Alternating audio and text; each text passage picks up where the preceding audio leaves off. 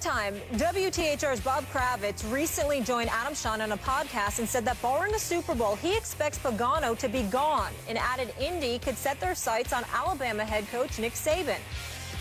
Here's the quote. Look, if they could give Nick Saban full power, and I fully believe that they are willing to do that, I see no reason why Nick Saban wouldn't, because when you more or less fail at a job, you want so badly to get back in the game. So I think if they could offer him full power, and I think that they would be willing to do that, I could see him coming back in a heartbeat. Saban, of course, coaching the Dolphins in 2005 and 2006, and went only 15-17. Stephen A., do you like the idea of the Colts going after your guy, Nick? I love it. I think Nick Saban is worthy of it. I don't blame Irsay for envisioning or fantasizing about that.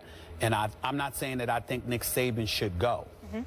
If he's happy at Alabama, loves teaching young men, being in the national championship picture every year, Roll Tide every Saturday afternoon, it's 100,000 people at your games, and he's cool with that, and he wants lifetime security, then stay at Alabama, because they certainly ain't gonna fire him, I can promise you that. If he has an itch to scratch because of his tenure with the Miami Dolphins, however, and he has something to prove on the NFL level, then I would say go for it. But that's his call. I would tell you this, I love it because I think he's worthy of it. I think his reputation, his record, his accomplishments are deserving of it.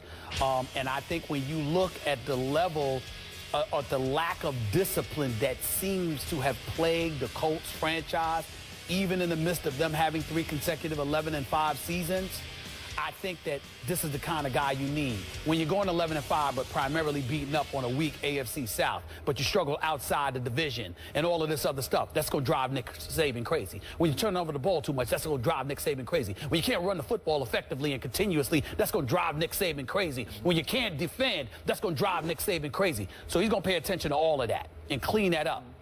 The only reason that I don't love it to the A level is because of one name and one name only. Jim Harbaugh. If you could tell, and I'm not saying we know I doubt you can get him from Michigan, but if you could get that man from Michigan to come and coach Andrew Luck again, like he did at Stanford, to me, that's a better choice than Nick Saban. But only because he coached Luck at Stanford. That's the edge that he has. I think both are similar and would do similar jobs in the NFL, but I give Harbaugh a slight edge because of his experience successfully already in San Francisco, combined with the fact that he already coached and has a relationship with Andrew Luck from their days at Stanford. That is the only name I will put above Nick Saban. I'm going to have to go fast because we're almost out of time. Oh, okay. Sorry, my bad. So I get you on Harbaugh. I hear you. I'm not sure Nick Saban is a professional football coach of the NFL level. Okay. I think his my way or the highway style works with kids better than with hardened professionals who make a whole lot of money, maybe a lot more money than he's making in some cases. And I'm going to say this again. I believe the owner of the Indianapolis Colts is pointing fingers in all the wrong directions because, again, you're giving Andrew Luck a pass. Are you sure he isn't the problem more than your GM and your coach and anything else you want to point to? Andrew Luck, despite his consistent inconsistency, still gets a pass. Despite his league-leading turnovers, gets a pass. Despite a QBR that has declined every year, all 4 years in a row, he gets a pass. Could Jim Harbaugh fix that? Sure. Is that realistic after the success that he's having early on at Michigan, his alma mater, where I think he could win a national championship in the next 2 or 3 years? Nope, it's not realistic for him to go to Indiana. Let me get Skip Bayless on you. Are you getting rid of Andrew Luck? Nope. You're going to keep him, right? Yep. Well, then it doesn't matter. Then it doesn't matter what he's doing. You have to fix it. So I would go get a quarterback coach. Nick Saban's a defensive football coach who has no feel for it. Why'd he bring in Lane Kiffin? Well, then you agree with Harbaugh, right? Yeah. I'll go with Harbaugh. Okay. Because Harbaugh is like a quarterback whisperer. You know, he can get in the kid's ear and sort of make him feel like he's better than he has been. He could clean up Andrew Luck the best he can clean him up. And again. So let's put it together.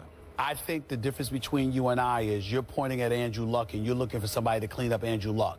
I look at the Indianapolis Colts and think about them having a myriad of problems around Andrew Luck. Not to say that he's not a problem, because he is, but a myriad of problems around him that need to be fixed. I think Jim Harbaugh is the best guy for Andrew Luck. I think Nick Saban is just as good of a choice as Harbaugh with everything around Luck. Yep. Is that fair? Yeah. Got it. Perfect. All right. Speaking of pointing fingers, Johnny Manziel's pointing them at himself. He explains one of his shortcomings that is holding him back. We'll get into that after the break. In comments made on Wednesday, Johnny Manziel conceded that being 5'11" affects his play as an NFL quarterback. Here's the quote for you. I'm not going to be able to sit there like some of these taller quarterbacks in the league and just be able to see everything happen as the play is on. I think I'm getting better at it, but I'm nowhere near perfect, that's for sure. Michael Johnson is 6'7". Carlos Dunlap is 6'8". I'm like 5'11 and a half, I guess. Well, both coach Mike Pettin and offensive coordinator John DeFilippo said his height should not matter. Pettin adding this: there are other quarterbacks of his stature that have been successful. When you study a Drew Brees, you can see that he's not a scrambler, but he has a great sense in the pocket as far as where to move in relation to who he's throwing to and where the potential throwing lane would be. Russell Wilson is similar in that aspect as well. Skip, do you have a problem with Manziel's excuse here? Do I? I opened the show by expressing my disappointment in Des Bryant.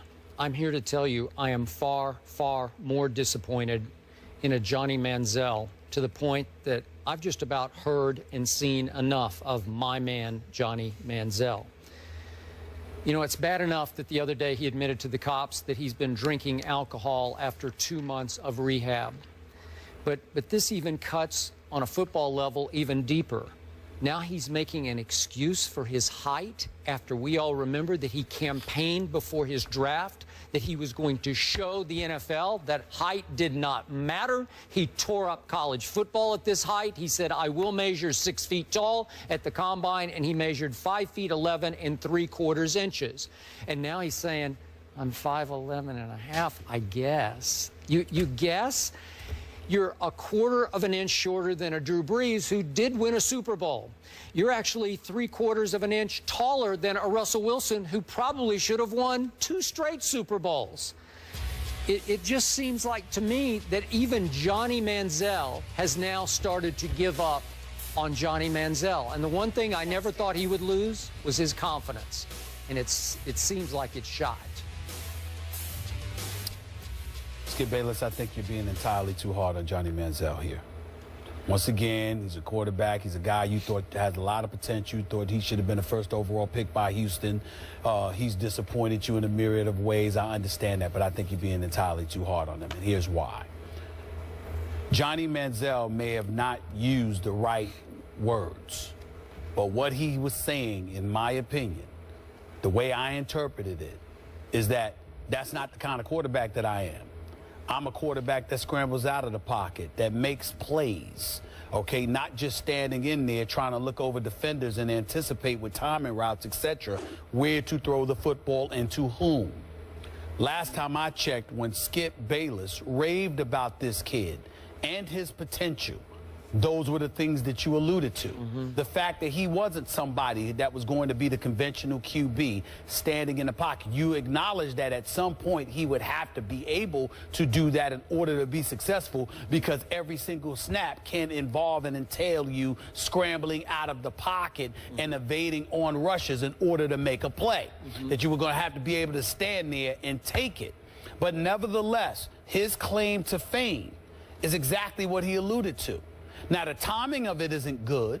The word usage of it is good, because you have a self-defeatist attitude from the perspective of literally stigmatizing yourself as a guy who needs to run in order to be successful, like as if you're not capable of standing in the pocket. Yeah.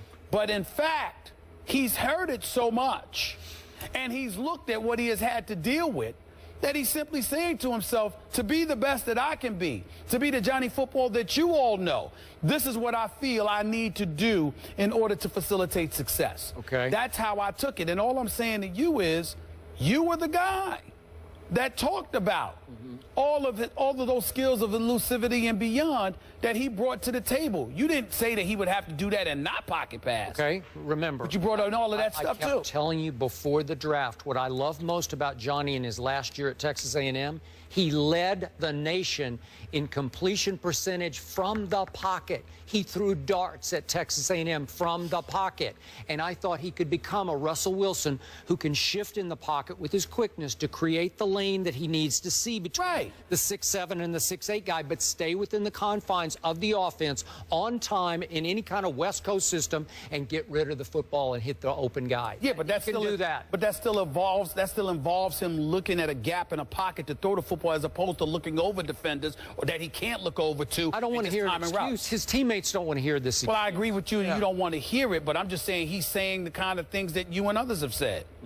All right, Browns-Steelers Sunday at 1. We have a great one. The Week 10 matchup looking forward to in the NFC. Bruce Arians versus Pete Carroll. Carson Palmer versus Russell Wilson. The guys will pick it. Who wins? That's next.